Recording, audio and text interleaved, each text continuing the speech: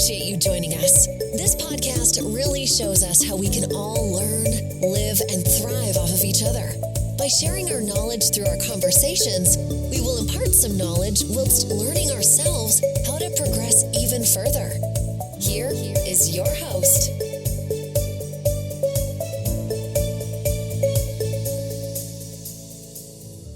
Hello, and thanks for tuning in to Mind Hostage. Today is part 3 of a 4-part series, interview with Karla Soloman. Please listen in as Karla shares her life story leading up to her becoming a victim of the human trafficking industry. This tragic story shares a journey of tragedy through a time when Karla was able to find her life purpose through the midst of her adversity. So all of this goes on like this for, I want to say about a week, maybe longer. And the redhead is with us again. And we drive way out to Covington, which is like an hour and 45-minute drive one way just to get there one way. Way out of the way, way in the middle of nowhere. And she goes, and we park. She goes inside the house. She comes back kind of fast. And she doesn't have any money this time. So I have no GPS location. I don't know where I'm at. He just tells me to drive. So I listen. We find our way back to the interstate. We get on I-10. And we start heading back towards Baton Rouge. When we got to Houma, Louisiana, which is kind of in the middle point, it's kind of right before the Pontchartrain bridge. So it's on the other side, so that's like where it's all swamp. He had me pull over at this little abandoned, like, it's not really a rest stop. I would really call it a fishing hole now, I guess, right up underneath the bridge. It's like just a slab of concrete. Oh, yeah. And a lot of people go out there to go fishing because, you know, it's deep water right there. So he made me park the car under the bridge, turn the lights off. And he gets out of the car and he walks around and gets her out of the car by grabbing her and jerking her out. And I guess she knew what was about to happen because as soon as he opened the door, she starts screaming, "No, no, no, no, no, no, no, no, no."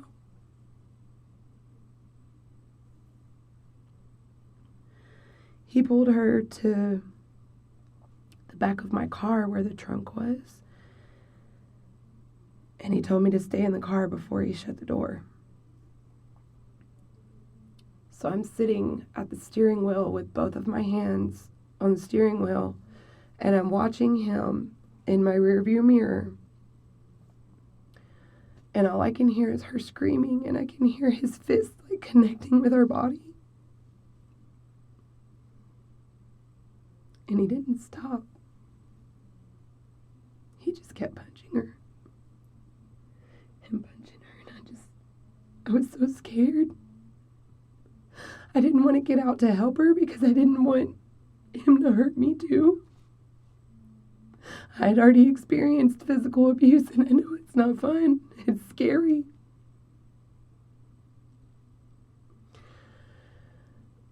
So I just sat there with a straight look on my face, and I watched him as he beat her.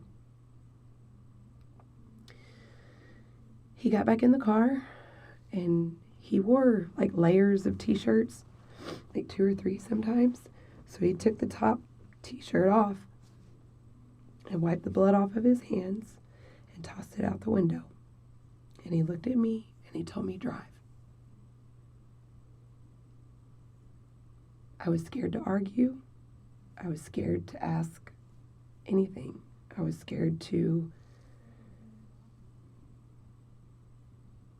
do anything but exactly what he told me. So I drive. He made me leave her there. And I still don't know what happened to her to this day. He told me to go back to the hotel that we had already gotten like 2 days before this. Or he had gotten. I guess he was staying there. I'm not really sure. But I went back to the La Quinta in Baton Rouge, and usually when we would get to a hotel and it was just me and him, you know, we would like lay in the bed for at least an hour, just like cuddling and touching and feel, you know, just that touchy-feely stuff. That's what I liked, period. You know, that's part of my love language is affection. So that didn't happen. We get to the hotel and he goes straight to the little office area. And he pulls out all these phones and lays them out in front of him. It's like 2 or 3 phones. And he starts doing stuff on all 3 of them, like at the same time. I had no idea what's going on. None. And he was over there for a little while, and the whole time I'm sitting on the edge of the bed, like with my hands in my lap, like hands between my legs, kind of like scared, kind of, I don't know what to expect. I don't know what's about to happen. But something kept telling me it wasn't good. So he gets satisfied with whatever he did on the phones, and he picks one up and he walks over to me and he shows it to me. What's on the screen of the phone? And it's 3 different pictures of a girl that looks very similar to what I looked like back then. She's in very provocative clothing and very enticing positions in the pictures. And so he shows me all of this, and these pictures, like this girl, she's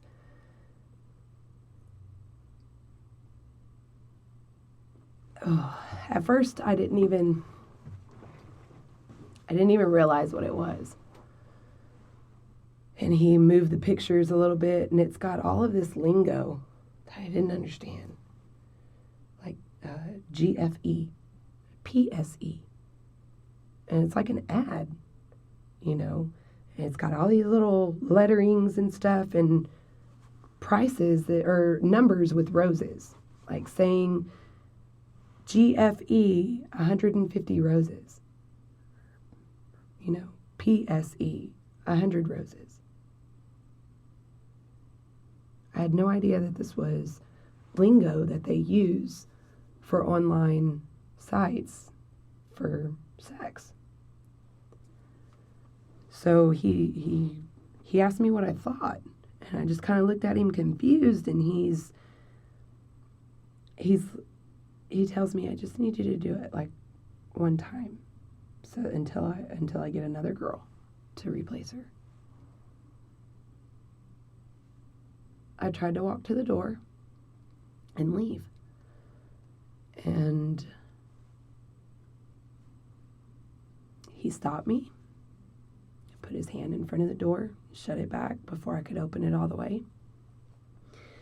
And he grabs me and he holds me and he tells me how much he loves me and how much he needs me and how much we could have such a good life and that it's going to be awesome and that I just need to trust him and I need to make sure that I honor him and do what he says. But the main thing was the trust.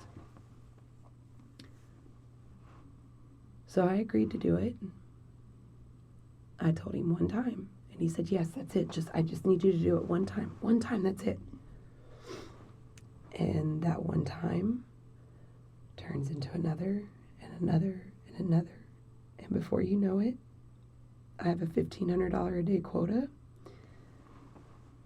And if I don't meet that quota, he punished me.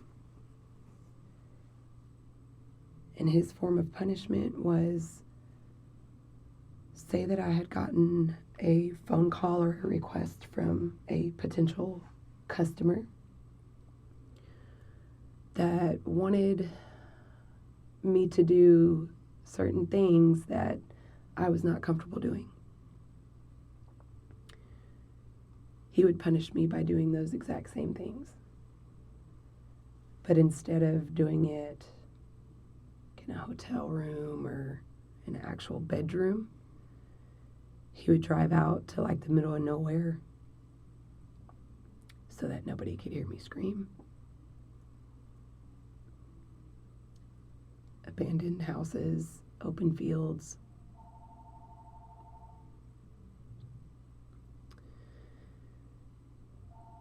He told me that he did all that because I asked him one day, I was like, why do you do that to me? It hurts. It's painful.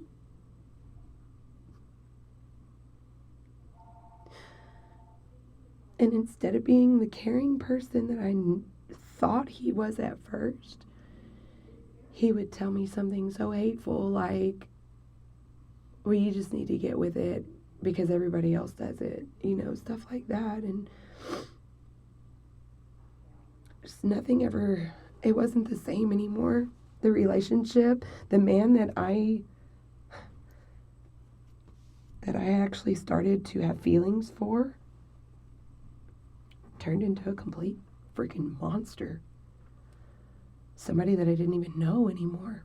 And I guess in the meantime, you had been cut off from other friends and family and stuff. Yeah.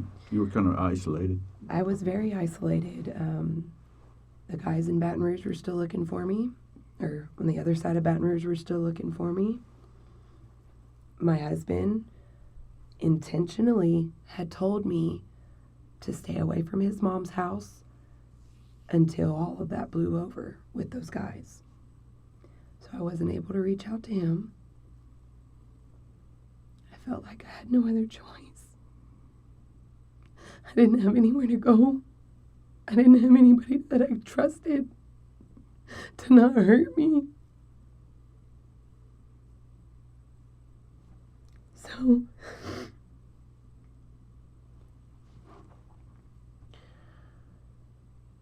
he took me out of town. He told me that things were getting crazy in Baton Rouge and that he didn't want those guys finding me, that he wanted to protect me. So he takes me to Houston and starts doing the same thing over there. He would rent a hotel room for a couple of days, run ads on Backpage, and that's how I would make money for him. It didn't matter if I was not feeling good. It didn't even matter if I was on my period. There's ways to get around that too, that a lot of people don't realize. Especially in that kind of life and that kind of industry. So let me ask you real quick. I mean, since you're openly sharing about this, I mean, it's one thing to say you had to do this repeatedly and you had a quota, but I would imagine you came in contact with a lot of men. Number one, that were uncaring, but that were physical with you, that were harmful to you in other ways. Is that true? Yes.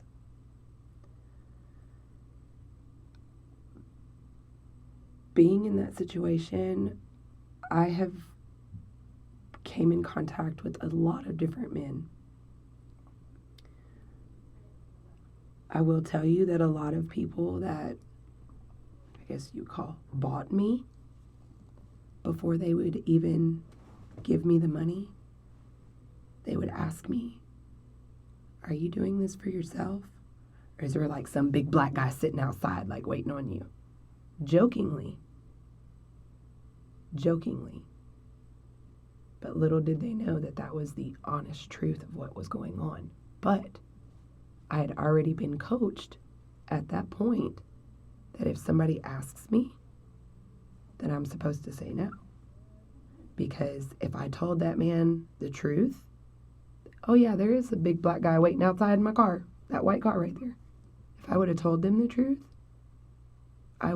the punishment that I would have endured through fat would have been a whole lot worse than the 10, 15 minutes had to endure in that hotel room. So does it include physical punishment as well?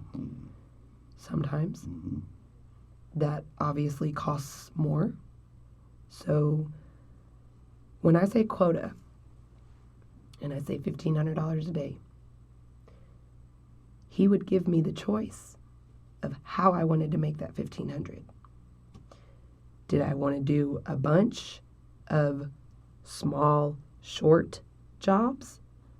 Or did I just want to suck it up for 2 hours and allow someone to do whatever they wanted for a higher cost? So for that price, it was obviously things that were very unpleasant. Right. Very. Because here's something that, I want to take a moment for the listeners to understand is that the situation you were in. I see that there are lots of women who have to pay the price, that are breaking the law, that are committing the crime. Yet this whole sex trade industry is driven by the kind of men that you had to see on multiple occasions every day. Yep. It's driven by the desires of men who you come in contact with every day. The same kind that I think we talked about earlier, where people see one thing on the outside facade, Mm-hmm. but yet there's something else behind closed doors, behind the curtain. Definitely. And a lot of it, I think, too, is society has basically normalized stuff like that to the point of these men. Say that you and your wife are shopping for a, washer and dryer combo. You walk into the store, salesperson comes up to you and asks you what you're looking for. I'm washer and dryer combo. I want them to match, though. I want them to both be red, both front loading or top loading, or, you put all of these requirements of what you're looking for because you're the one buying it. Am I right? Mm-hmm. You want to get what you paid for. Right. In the sex industry, same exact circumstances. They are paying for it. They expect to get what they paid for, what has been agreed upon, and if it's not delivered, guess what? You ain't getting paid. Mm-hmm. Right. Well, and I'm certain there's plenty of perversions Yes. that are out there. Now, I also know there's a lot of armchair quarterbacks, regardless of the topic out there, and people that are just going, why in the world didn't you just leave? Why? That is a very typical question, too. Right. It really is, to people that are not able to hear or see my whole story. Right. They do not understand that sometimes certain events in your life will happen, and the way everything happens, you would just think that, gosh, she is so stupid. Why didn't she just leave? If it got that bad, why didn't she leave? Mm-hmm. Where the hell was I going to go? Where? You tell me. Because if that's the case, I would have went. I had nobody and nothing, nowhere to go. What was I going to do? He had already isolated me from my family. He made me completely dependent upon him for food, shelter, everything. If I wanted, and people don't understand. They say, oh, well, there's shelters out there, and there's, this out there, there's resources out there. What are you supposed to do when you don't even know what's happening to you? Mm-hmm. That's right. You feel like you have put yourself in a position and that you are just so stupid to not see it coming. Mm-hmm. Well, and you were groomed from the beginning. That's the thing, and they control your mind. That's what abusers of every type do: is they gain control, they make you dependent, they isolate you, and they control you by fear. Yes, and that was a big thing, because I'll tell you, he took me from Baton Rouge, and like I said, we had already went to Houston, but going further, we went all the way up to Colorado. And he would stop at every, 2 days here, 2 days there, 3 days there, at every major city in between Baton Rouge and Colorado that ran ads for Backpage. And he had you lined out in every city? Every single one, because he knew the route. So what he would do is he would set up a page, and whenever we would get like an hour, 2 hours away from the next location, he would post it to where in the car, I'm sitting there answering phones with him listening. You get what I'm saying? It's everything is supervised. Everything that I say, everything that is typed, everything that is said was completely his words coming out of my mouth or through my thumbs.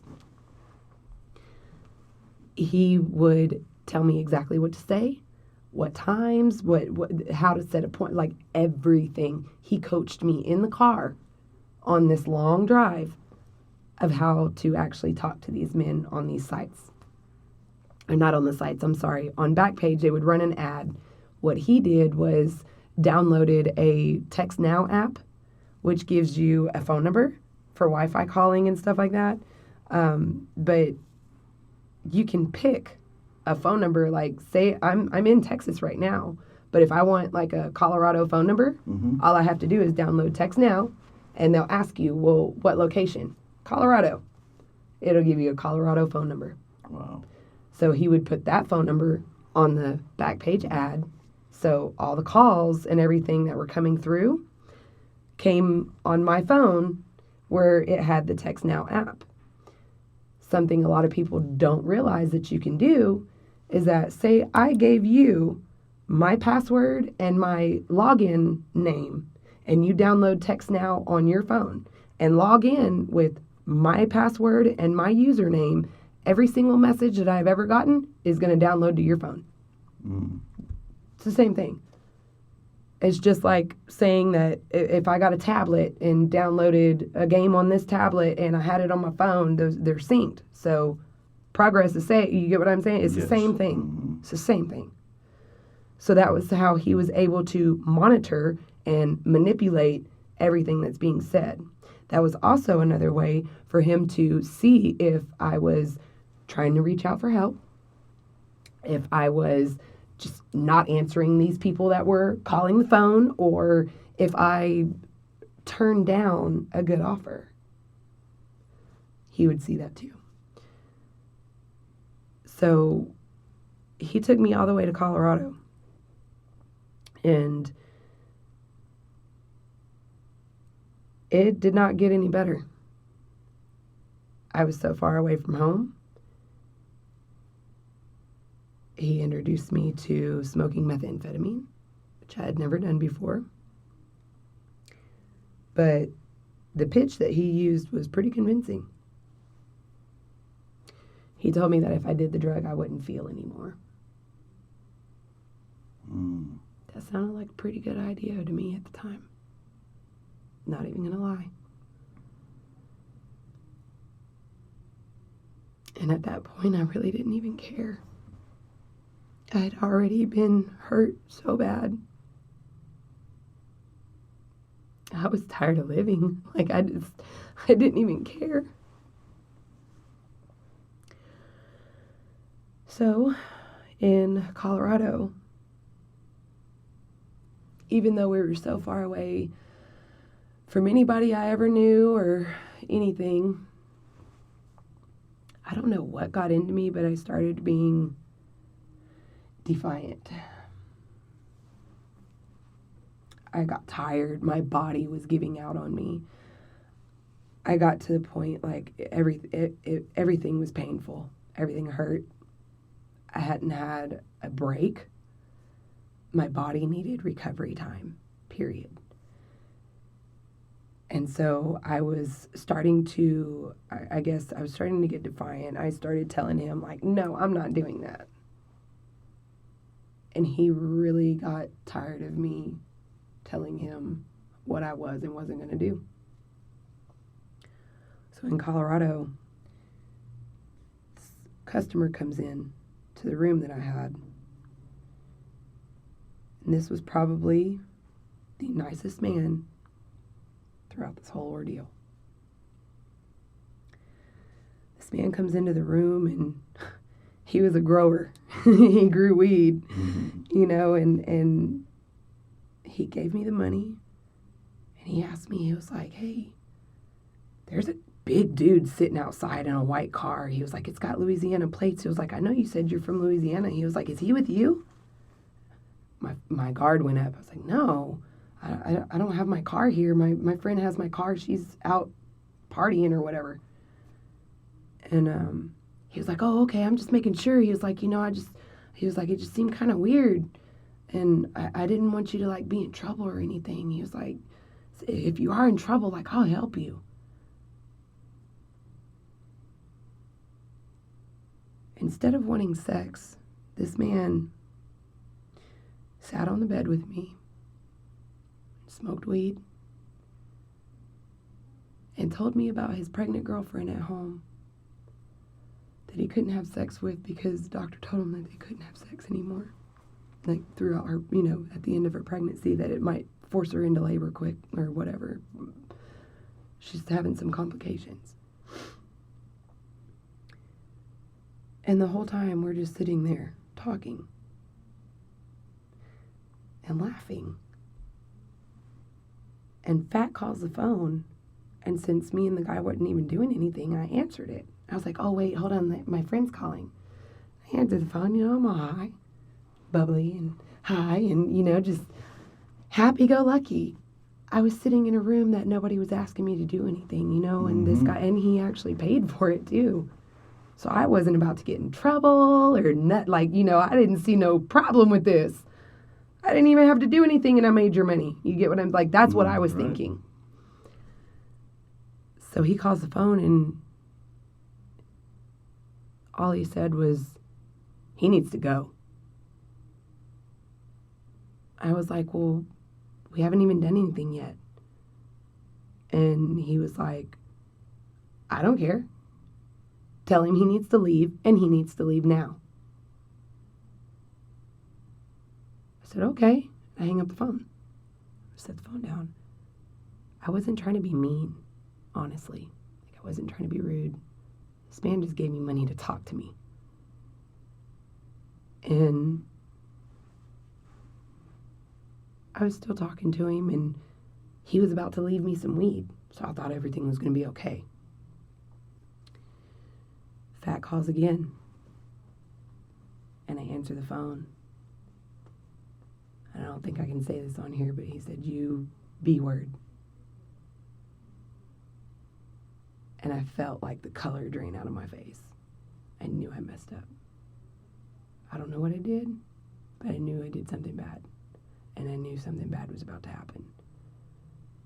So I told the guy, it's like, you gotta go, and you gotta go now. And he was like, what do you mean?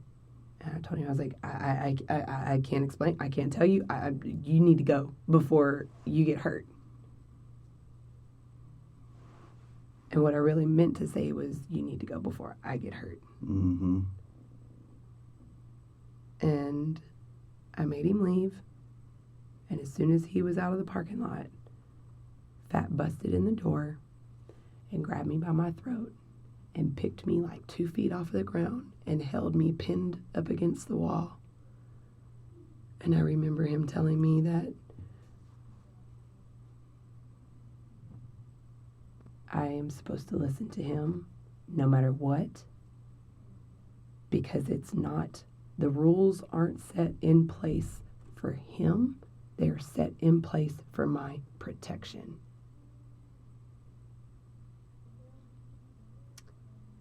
He slams me on the bed and chokes me until I pass out. I woke up in the bed, not covered, same clothes, shoes on and everything. And I was sleeping, I was out, kind of on my side, like one hand underneath my body and the other one kind of draped over the side. And he is sleeping on my back, like half on my body. But he's asleep. As soon as I move, he wakes up. And I realized that was the reason he was sleeping on top of me, is to where he knew if I moved or if I got up. And that was probably the first time that he was physical with me, but it didn't end there. He had been physical sexually, but not like just outright physical, like hitting me and things until then. So a little bit after that, a couple of days after that, we're at another hotel and he's got this other girl with us and she's got a baby, a 6-month-old baby. Well, we had these 2 rooms like that had the adjoining door in the middle, and they were having sex, them 2. The door was open. Didn't really bother me. Like I was honestly grateful that he was not doing it to me, honestly. So the baby woke up. The baby started crying. And I sat there and listened. They never stopped having sex. The baby's still crying. I was instructed that I'm never allowed to touch that baby. I found out later that baby was his. I was not allowed to touch the baby no matter what. I was dirty. So, baby keeps crying. Almost an hour goes by. And the baby's still crying. And they're still having sex. So I got up and I shut the door. I went and laid in the bed. And I guess I fell asleep.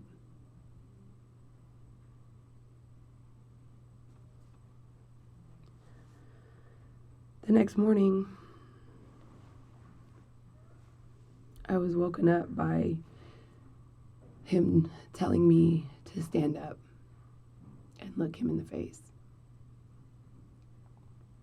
So I did. And when I did, I looked at him in the face. When I looked at him in the face, I can't really remember what he said, but I know he said something, but right as he said it, and this guy weighed maybe 280 pounds. Big dude. Really big. Very muscular and fit. When I looked him in his eyes and he told me whatever he said, he punched me as hard as he could in my ribs.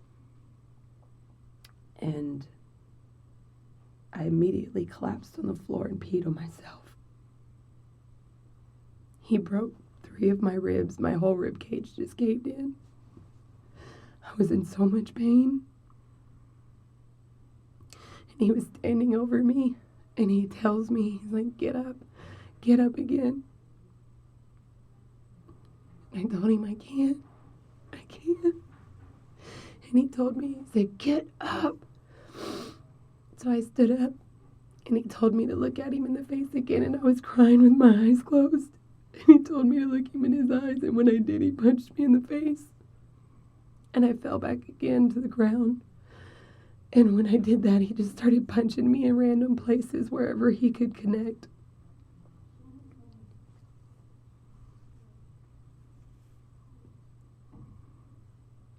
I remember laying on a bathroom floor. I couldn't breathe. I thought I was going to die. I didn't know what was going to happen.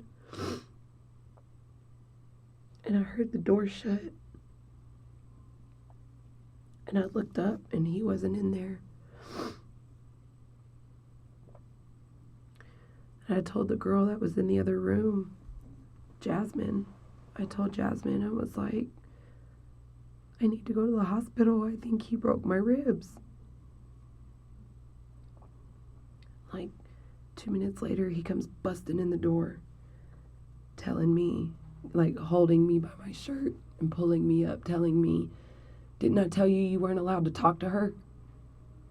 And told me that I wasn't going to go to the hospital, that I was going to do what he said, and that if I didn't like it, he was going to break the other side. So he made me pack my stuff, broken ribs and everything. I had a big bruise on the left side of my face. All of this eye and around it was bruised. I had broken ribs.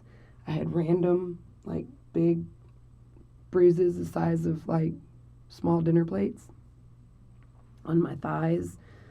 Just random places, like one on my back, just from when he was, like, randomly connecting with whatever. And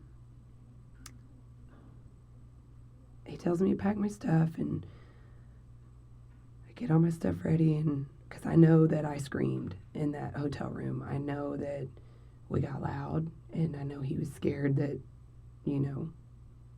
I don't know if he was scared of the police or what. I personally don't think that he was scared of anything, ever. So we move locations again, and this time he goes, like, from Colorado, he decides to drive, like, in a straight drive almost back to Texas. We stopped a couple places in between, but not as many as the way there. So he was trying to get away from Colorado. Whatever reason, I don't know. If it was because all that happened there, I really don't know. He never told us or told me where we were going next. When we got to Houston, I knew I had to leave. I didn't care whether I was on the street. I didn't care if I had to sleep in my car. I didn't care what I had to do, but I knew I had to leave. I knew, because I was in so much pain. I could barely breathe, and I was still having to do all of this work for him. So we ran out of drugs. We ran out of meth, and he got tired. We were staying at Holiday Inn on Southwest Freeway. It's like 3-story, hotel, maybe even more, probably more, a lot more. Anyways, so we're at this hotel, and he got tired, and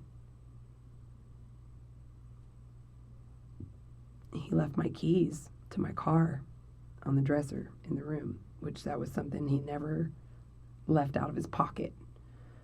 But because he was coming off drugs, he wasn't really paying attention to what he was doing. I grab the keys and I take off. And I grab my backpack and I run down 3 flights of stairs and I jump in my car and I turn it on, the little button, and I go to pull out and I screamed bloody murder. I'd never had a broken bone before, especially not something untreated, And when I turned the wheel to turn the corner, that was painful. So I didn't get very far. I got down to the little gas station, the first little gas station that I seen, and I pulled over. And I was sitting in my car. I didn't really know what to do yet. Like, I was just kind of on the adrenaline from running. And I was sitting there and I was trying to figure out, like, what to do next. Like, I knew I needed to get to the hospital. That was, like, first and foremost on my radar. I knew I needed to get to the hospital. So I call my aunt, or I reach out to her on Facebook. And I'm like, Aunt Liz, I don't know what I told her. I do not remember.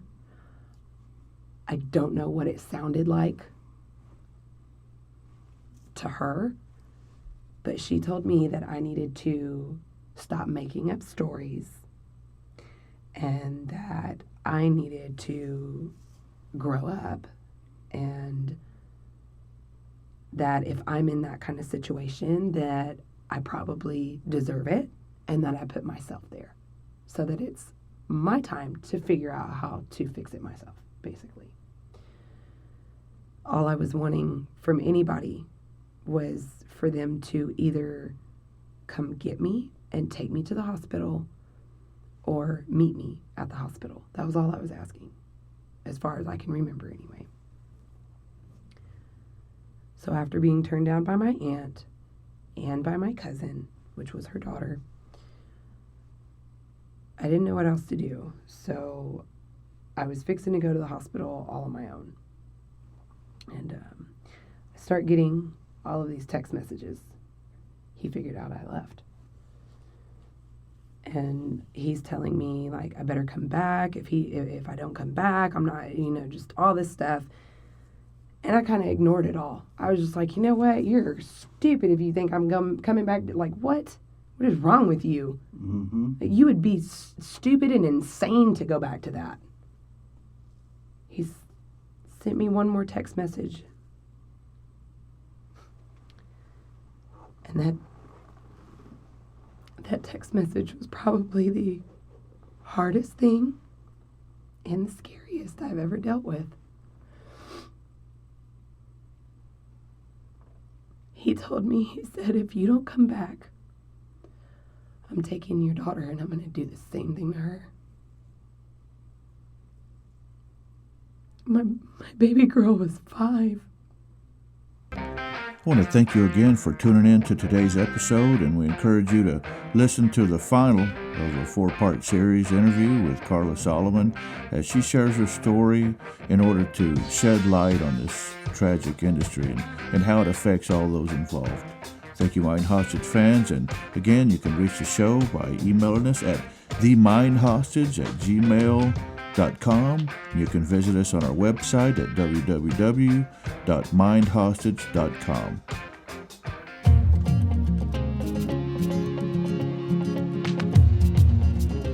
Loved what you've heard on this week's episode? Well, the answer is simple. It would mean the world to us if you could head over to iTunes and leave us a 5-star review and feedback. Spreading the word really is the best way to grow our podcast and achieve even greater things. Thank you.